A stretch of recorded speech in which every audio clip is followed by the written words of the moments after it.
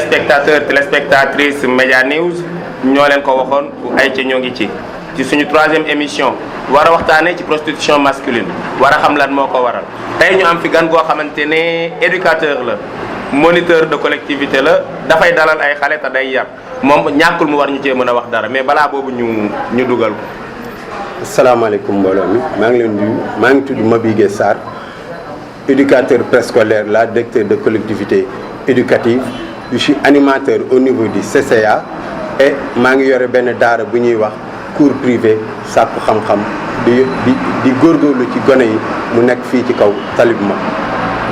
Bigué dañuy dugg juste ci suñu première question am ay témoignages yu ma jot diggante Guédiawaye Pikine Kër Massar fu bëri ñuy gis ne tey xale yi ñu ngi fiy jóge di dem fu mel ne Tubaab Jalaaw di dem fu mel ne Mbour di dem ci sous région bi ci région yu bëri fudul Dakar di def li ñuy wax prostitution masculine ñuy wax maanaam ñuy jaay seen bopp.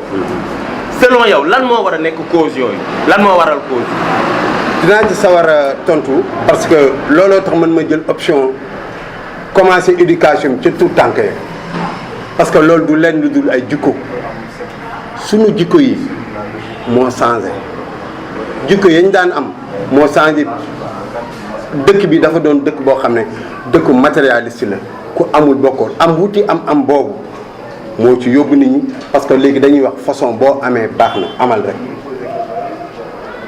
façon boo amee baax na amal rek xëy na mooy kàddu yi nga daanelee mais dafa am loo xam te ne daf ma jaaxal da ngay gis koo xam te ne papaam kilifa la yaayam kilifa la wala papaam nit ñi naw nañ leen yaayam nit ñi naw nañ leen mu génn seen kër dem Tubaab Jalaaw kaala boo xam te ne dama ko gis nee na jaayul boppam mais xam nga lu muy def day wër ku ko may visa pour yóbbu ko États-Unis wala je ne sais pas benn réew mais par contre tubaab bu ñëw da nga koy fay pour mu ànd ak yow.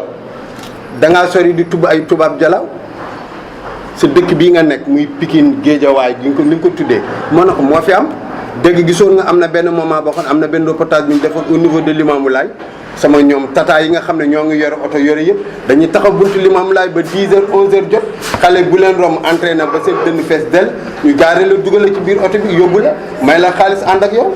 waaw loolu laa bëgg a xam lu ko waral. li ko waral moo nee naa la mooy jikko yi kese la te dañoo jiital am nag ku ko jiital moom man ko doon. comme nag non attends am fi mu toll nii muy yow muy man muy ñëpp ñun ñëpp dañu bëgg a am. moo tax donc en réalité bu fekkee am rek la man je me pose la question kon jaratul ne di wuti am. non parce que façon am yi la. ok dafa am ne noo xam dañ leen wax ne noo amee baax na.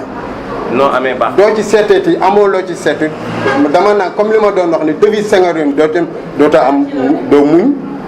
doo am kersawu def dara te loolu dafa doon loo xam ne dañ ko daan mooñaale ba boo génnee boo gisee sa papa boo gisul sa yaay boo gisul kenn say mbokk man di nga am kersawu di nga am fulla fayda goo xam ne lenn duñ la ci fekk. looloo ci donc ci thème suñu première émission bi nga ñuy delloo si muy yar. yar lépp mooy yar.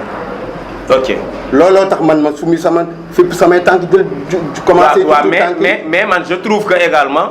papa yi ñu ngi yar fi ñu war a yaree yaay yi ñu ngi yar fi ñu war a yaree mais est-ce que du jeunes yi tey ñoo ñàkk jom.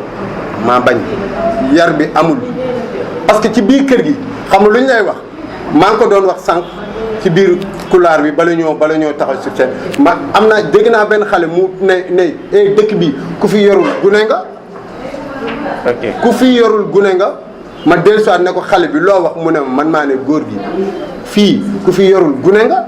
moo tax nit ñi nag ba bañ a doon gune moo tax ñuy wuti nu ñu amee baax na. di leen wax ne yéen a ngi suivre seen émission lu ko waral ci seen télé Média News ñu jëm ci suñu laaj bu mujj lan nga jàpp ne tey mooy solution bi pour que problème phénomène boobu deñ parce que man en quelque sorte samay yenn enquêtes yi damay tiit ci ni xale yi surtout góor ñi jógee jaay seen bopp. jikko yi fekk defaruñu jikko yi moom la ko dara du fi taxaw loo gis ci àddina dafa am fondement. te fondement doomu aadama éducation mooy jikko bu jikko ja baaxul moo mën ko dara mënu faa baax. nan la ñu mën a defaree jikko yi delluwaat fa maam defe woon ca tout tànk ba la ñuy commencé balaa bant bi di wow ñuy jubanti ba mu jëm mag jox la yenn yoo xam ne ci biir kër gi la mooy am jom di muñ am kersawu def yenn yi fekk yooyu devise yooyu buñ ko joxee ci doomu aadama bu ko màggaalee rek bu fa papa nekk bu fa yaay nekk am na yenn ko da koy jombale boppam. sama technicien bi ngi may xamal ne waxtu bi daf ñu dab mais faaw nga dellu si suñu plateau ñu continuer waxtaan ci éducation parce que dafa nekk loo xam te ne daf ñu soxal. incha allah yan kàddu ngay dénk ñi nga xam te ne ñoom ñoo lay seetaan. maanaam il faut ñu defaraat jikko yi. tu insistes trop ci jikko bu ñu defarul jikko yoo man ko dara du baax te lépp jikko yee ko waral.